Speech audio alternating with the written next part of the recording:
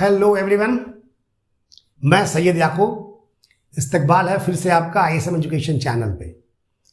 आज हम लोग कंप्यूटर फंडामेंटल में कंप्यूटर की जनरेशन कंप्यूटर जनरेशन क्या होता है इसके बारे में डिस्कस करेंगे। कौन सा जनरेशन कब आया, अभी हम जिसमें हो कौन सा जनरेशन है, जनरेशन होता क्या है, ठीक है, इन सारी चीज को डिस्कस करेंगे। लेकिन अगर आप इस चैनल पे या इस वीडियो पे नए हैं और आपने अभी तक सब्सक्राइब नहीं किया है, अगर ये आपको वीडियो इन्फॉर्मेटिव लगे सब्सक्राइब कीजिएगा, बेल आइकन पर क्लिक भी कीजिएगा ताकि आपको अगले वीडियो की इंफॉर्मेशन मिलती रहे। देखिए, जनरेशन जिसको बोलते हैं पीढ़ी, जैसे यहां पे आप देख रहे हैं कि 3 पीढ़ी यहां पर है, सन, फादर और इस छोटे बच्चे के ग्रैंडफादर। तो जिस तरह से कि पीढ़ी होती है जिसको हम जनरेशन बोलते हैं, फिर एक वर्ड आता है जनरेशन गैप। जनरेशन गैप का मतलब होता है कि पीढ़ी में अंतर। जैसे यहां पे आप देख रहे हैं, आज का बच्चा जो है वो लैपटॉप, हेडफोन, इंटरनेट इससे इंटरेक्ट करता है, यानी इन सारी चीज की इंफॉर्मेशन उसके पास है। उनके फादर इन सारी चीजों को नहीं जानते, फिर भी वो बहुत अच्छे उस कंडीशन में है जो अभी का जो उनका बेटा है वो, और उनके जो एक्टिविटीज है वो करीब करीब सेम है, लेकिन इतना वो अपडेटेड नहीं है। तो ये 2 जनरेशन हो गया, लेकिन मोर और लेस एक ही जैसे वर्क करते हैं। कुछ चीजें ज्यादा थोड़ी बहुत उस बच्चे के साथ हैं, लेकिन जब हम बच्चे के ग्रैंडफादर की तरफ देखते हैं तो उसमें बहुत फर्क है। यानी उस बच्चे को जो अभी इंटरनेट, लैपटॉप इन सब की बात कर रहा है, और उसके दादा ग्रैंडफादर जो बहुत पुराने ख्यालात के हैं, और उनकी एक्टिविटी और उनके ग्रैंडसन की एक्टिविटी में बहुत फर्क हो जाता है। तो जब ज्यादा किसी चीज में फर्क होता है उसी को हम बोलते हैं जनरेशन गैप। इसको फिर से एक बार समझ लीजिए कि अगर किसी 2 जनरेशन में माइनर चेंजेस हो, माइनर मतलब थोड़ी बहुत चेंजेस हो, तब हम इसको जनरेशन गैप नहीं बोलते हैं, कहते चलिए कोई प्रॉब्लम नहीं है, ये सेम जनरेशन है। लेकिन अगर 2 जनरेशन के बीच में एक मेजर चेंजेस हो, बहुत बड़ा आपको चेंजेस नजर आए, तब हम उसको बोलते हैं जनरेशन गैप। तो फिर से एक बार समझ लीजिए, हम जब अपनी बात करते हैं तो हमारे और हमारे फादर की एक्टिविटीज, डेली वर्किंग एक्टिविटीज में कुछ चेंजेस है, लेकिन बहुत सी समानताएं भी हैं, सिमिलरिटीज भी है। तो जब सिमिलरिटीज ज्यादा है और चेंजेस कम है तो उसको हम जनरेशन गैप नहीं बोलेंगे। लेकिन हमारे और हमारे ग्रैंडपा के बीच में बहुत मेजर चेंजेस है, उनकी डेली एक्टिविटीज, उनकी सोचने की शक्ति और हमारी, ये बहुत ज्यादा डिफरेंस है। तो इसी को हम लोग बोलते हैं जनरेशन गैप। उसी तरीके से हम कंप्यूटर में देखें कि कंप्यूटर में 2 कंप्यूटर में थोड़ा बहुत चेंजेस हुआ तो हम उसको जनरेशन गैप नहीं बोलेंगे। लेकिन एक कंप्यूटर और दूसरे कंप्यूटर में बहुत चेंजेस हो गया तो हम उसको बोलेंगे जनरेशन गैप। तो मुझे लगता है यह समझ वाली बात आपको। सपोज कीजिए एक कंप्यूटर पे वर्क हो रहा है, थोड़ा बहुत चेंजेस होता रहा, लेकिन एक मेजर चेंज आया तो हमने कहा साहब ये ओल्ड जनरेशन हो गया और आज से न्यू जनरेशन। फिर न्यू जनरेशन पे कुछ ना कुछ रिसर्च होता रहा, फिर इसमें कुछ मेजर चेंजेस हुआ, तो अब डबल न्यू तो नहीं बोल सकते हैं ना। तो हम कहते हैं साहब जो वो था वो फर्स्ट जनरेशन था, सेकंड जनरेशन, और आज से थर्ड जनरेशन हो गया। फिर थर्ड जनरेशन में धीरे धीरे चेंजेस हुआ, कोई फर्क नहीं है, तो आप बता चुके हैं माइनर चेंजेस की कोई प्रॉब्लम नहीं है। लेकिन फिर एक मेजर चेंज हुआ तो हमने कहा साहब अब आज से 4th जनरेशन। इस तरह से जनरेशन आपका बनता चला गया। तो कंप्यूटर में भी जब एक मेजर चेंज होता है तो computer generation are based on major technological changes in computer. यानी कंप्यूटर में जो मेजर चेंजेस होते हैं उसी को हम जनरेशन बोलते हैं कंप्यूटर का। जो मैंने आपको अभी समझाया कि फर्स्ट जनरेशन उसमें मेजर चेंज हुआ तो सेकंड जनरेशन, थर्ड जनरेशन। तो यहां पर आपको जनरेशन का पीरियड्स लिखा हुआ है, कौन सा जनरेशन कितने साल तक रहा और फिर आपका नेक्स्ट जनरेशन कब आया। तो उसमें देखिएगा कि 5th जनरेशन आपको दिखा रहा है कि 2010 में है, ठीक, और 6th जनरेशन दिखा रहा है, ये सोचा जा रहा है कि आगे वाले जनरेशन अब जो फ्यूचर में आएंगे वो 6th जनरेशन होंगे। तो 6th, 7th, 8th, 9th, 10th, 11th ऐसे बहुत सी चीजें मार्केट में आ चुकी हैं, लेकिन हम लोग यहाँ पे कॉमन 5th जनरेशन तक की बात करेंगे, क्योंकि अब जो चेंजेस है वो ज्यादा वो चेंजेस नहीं है जिसको समझाया जा सके आपको, लेकिन पहले जनरेशन में और 5th जनरेशन तक आते आते क्या क्या मेजर चेंजेस था ये हम और आप यहाँ पे समझेंगे। तो सबसे पहले यहाँ पे मैंने आपको एक टेबुलर फॉर्म बनाया है जिसमें जो मेजर चेंजेस है जिसके बलबूते पर हम उसको बोलते हैं कि ये 1st जनरेशन था और ये 2nd जनरेशन है, उसी के बारे में यहाँ पे हम आपको बात कर रहे हैं। हम सिर्फ 2 मेजर चेंजेस को लेके चल रहे हैं, एक उस कंप्यूटर के इलेक्ट्रॉनिक कंपोनेंट्स को जो आप यहाँ पे देख रहे हैं, इलेक्ट्रॉनिक कंपोनेंट जो आपको लाइन से दिया हुआ है, और दूसरा कौन सी लैंग्वेज उसमें यूज होती थी। ये 2 मेजर चेंजेस है, क्योंकि साइज, स्पीड, ये तो जाहिर सी बात है सब में थोड़ा सा बढ़ती जाएगी। तो जो 1st जनरेशन कंप्यूटर देखिए उसमें लिखा हुआ है कि वैक्यूम ट्यूब्स का इस्तेमाल होता था और लैंग्वेज में बाइनरी लैंग्वेज यूज होती थी। बाइनरी जो कंप्यूटर की लैंग्वेज है, इसका मतलब जो यूजर इस पर बैठ के वर्क कर रहा है उसको भी बाइनरी लैंग्वेज आनी चाहिए। वो बाइनरी लैंग्वेज में ही इंस्ट्रक्शन देगा, उसको रिजल्ट भी बाइनरी में मिलेगा।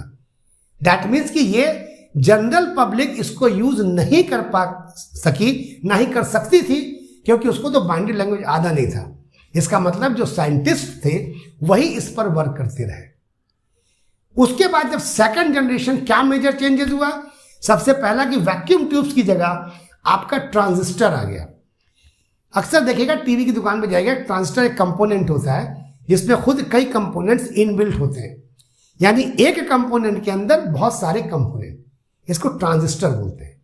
एक ये मेजर चेंज हुआ, और दूसरा बाइनरी से हट करके एक नई लैंग्वेज आई जिसका नाम है असेंबली लैंग्वेज, जिसको लो लेवल लैंग्वेज भी कहा गया। लेकिन हम और आप ये जानते हैं कि चूंकि कंप्यूटर की लैंग्वेज बाइनरी है, इसका मतलब असेंबली लैंग्वेज कंप्यूटर की समझ में नहीं आएगी। तब हम असेंबली लैंग्वेज के साथ एक ट्रांसलेटर का यूज करते थे जिसको हम असेंबलर बोलते थे।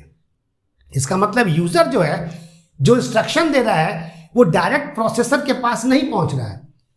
वो असेंबली लैंग्वेज में जब लिखता है तो वो असेंबलर के पास गया और असेंबलर उसको बाइनरी में कन्वर्ट करके तब सीपीयू के पास भेजता था। लेकिन एक अच्छा ये हुआ कि अब हमें बाइनरी लैंग्वेज नहीं पढ़ना है, उससे एक इजी लैंग्वेज आ गई जिसको हमने लो लेवल लैंग्वेज कहा। उसका 3rd जनरेशन आया। 3rd जनरेशन में आपका आईसी आया, इसको बोलते हैं इंटीग्रेटेड सर्किट। इंटीग्रेटेड का मतलब होता है एक ही प्लेट में बहुत सारे सर्किट आपस में कनेक्टेड होते हैं, अंदर ही अंदर, इंटरनली। जैसे हम एग्जांपल आपको बताएं, आपको 2 बैटरी दिया जाए और एक बल्ब दिया जाए कि इसको जला के देखिए कि बैटरी काम कर रही है कि नहीं। तो आप दोनों बैटरी को लाइन से लगाएंगे, एक वायर लेंगे, वायर से बल्ब को कनेक्ट करेंगे, अगर वो जल गया तो हम बोलते हैं कि हाँ ये ओके है। अब इसी कंसेप्ट को टॉर्च में आइए। टॉर्च में भी आपने 2 बैटरी लगा दिया, उसका कवर बंद कर दिया, जैसे उसका स्विच ऑन करते हैं बल्ब ऑन हो जाता है। इसका मतलब है अंदर ही अंदर कोई ना कोई सर्किट उसमें गया हुआ है।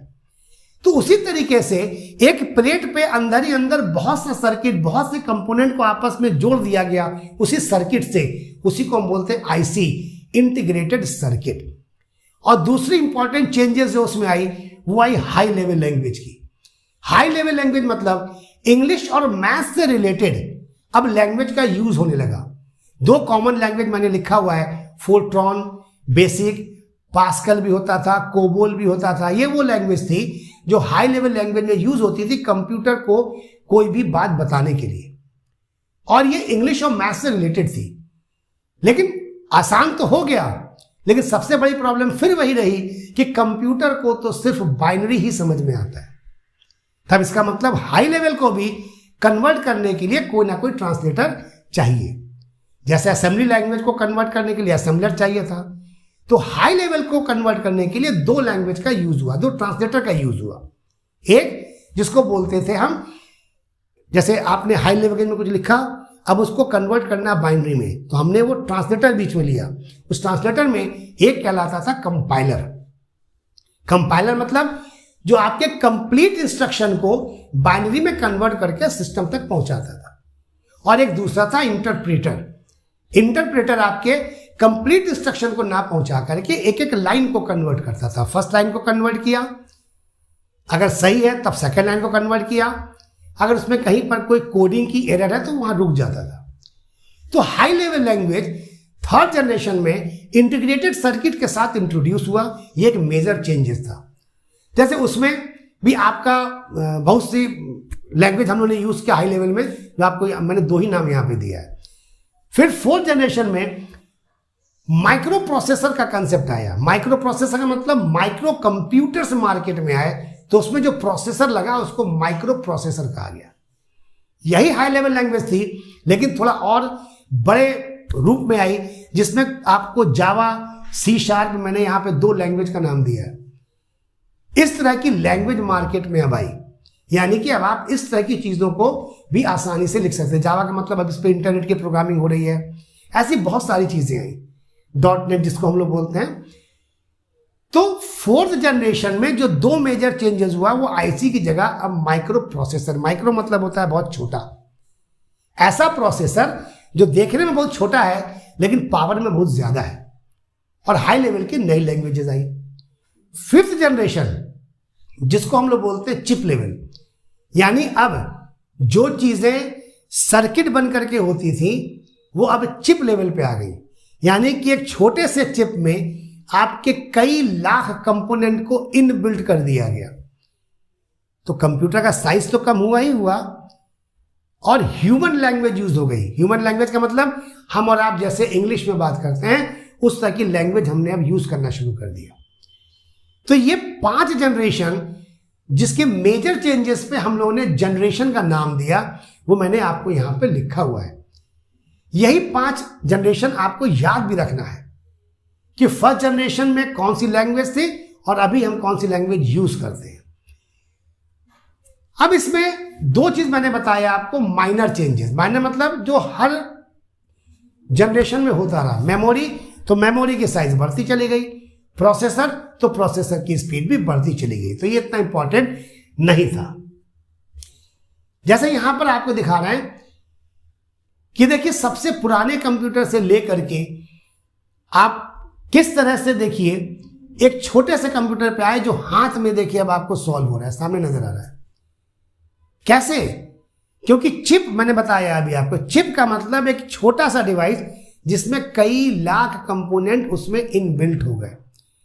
तो कंप्यूटर का साइज क्या होता चला गया? छोटा होता चला गया। जैसे आप एटीएम कार्ड भी आपके पास, कुछ लोगों के पास होगा, तो नया एटीएम कार्ड जो आपके पास होगा, देखिएगा उसमें कार्ड पे किनारे चिप दिया हुआ है, यानी आपकी सारी डिटेल्स अब इस चिप में है। तो चिप डिवाइस बोलते हैं ऐसे डिवाइस को जिसमें बहुत सारे इंस्ट्रक्शंस, बहुत सारी इंफॉर्मेशन, बहुत सारे सर्किट्स को हम चाहें तो रख सकते हैं। इसी वजह से आपका सिस्टम या कंप्यूटर का साइज छोटा होता चला गया। ये पूरी जर्नी है कंप्यूटर की। बहुत बड़ा कंप्यूटर, पहले के बुक में देखिए, अगर कहीं बुक में आपको मिले तो कंप्यूटर को इतना बड़ा दिखाया गया है कि आदमी उसके सामने 1/10 साइज का है, 1/10 क्या और भी छोटे साइज का दिखाया गया है। कंप्यूटर का साइज इतना बड़ा था। आज हम हाथ में एक पाम टॉप की तरह, पाम यानी एक हथेली में कंप्यूटर को लेकर चाहें तो वर्क कर सकते हैं। तो हमने आपको यहाँ पे जनरेशन ऑफ कंप्यूटर बताया। जनरेशन का मतलब बताया कि जब कोई कंप्यूटर में मेजर चेंजेस हुआ तो हमने कहा कि साहब यहाँ से अब सेकेंड जनरेशन है, उसमें कुछ मेजर चेंज हुआ तो थर्ड जनरेशन है। चेंजेस मेजर दो चीज पे, एक उसके इक्विपमेंट, कंपोनेंट पे, जैसे ट्रांजिस्टर, फिर आईसी, फिर माइक्रो प्रोसेसर, फिर चिप, इस तरह से। और दूसरा था लैंग्वेज, जिस लैंग्वेज में हम कंप्यूटर से इंटरेक्ट कर रहे हैं। आज हम ह्यूमन लैंग्वेज में बात करते हैं, इसलिए कंप्यूटर हमको बहुत आसान लगता है। लेकिन फर्स्ट कंप्यूटर जिसपे बाइनरी पे बात होता था, तो वही कर सकते थे जो बाइनरी लैंग्वेज जानते हो। तो ये था जनरेशन ऑफ कंप्यूटर का सफर। उम्मीद है आपको समझ में आया होगा। इसी तरह की वीडियोस देखते रहिए, इंतजार कीजिए मेरे अगले वीडियो का। मिलते हैं अगले वीडियो में। Till then, good bye.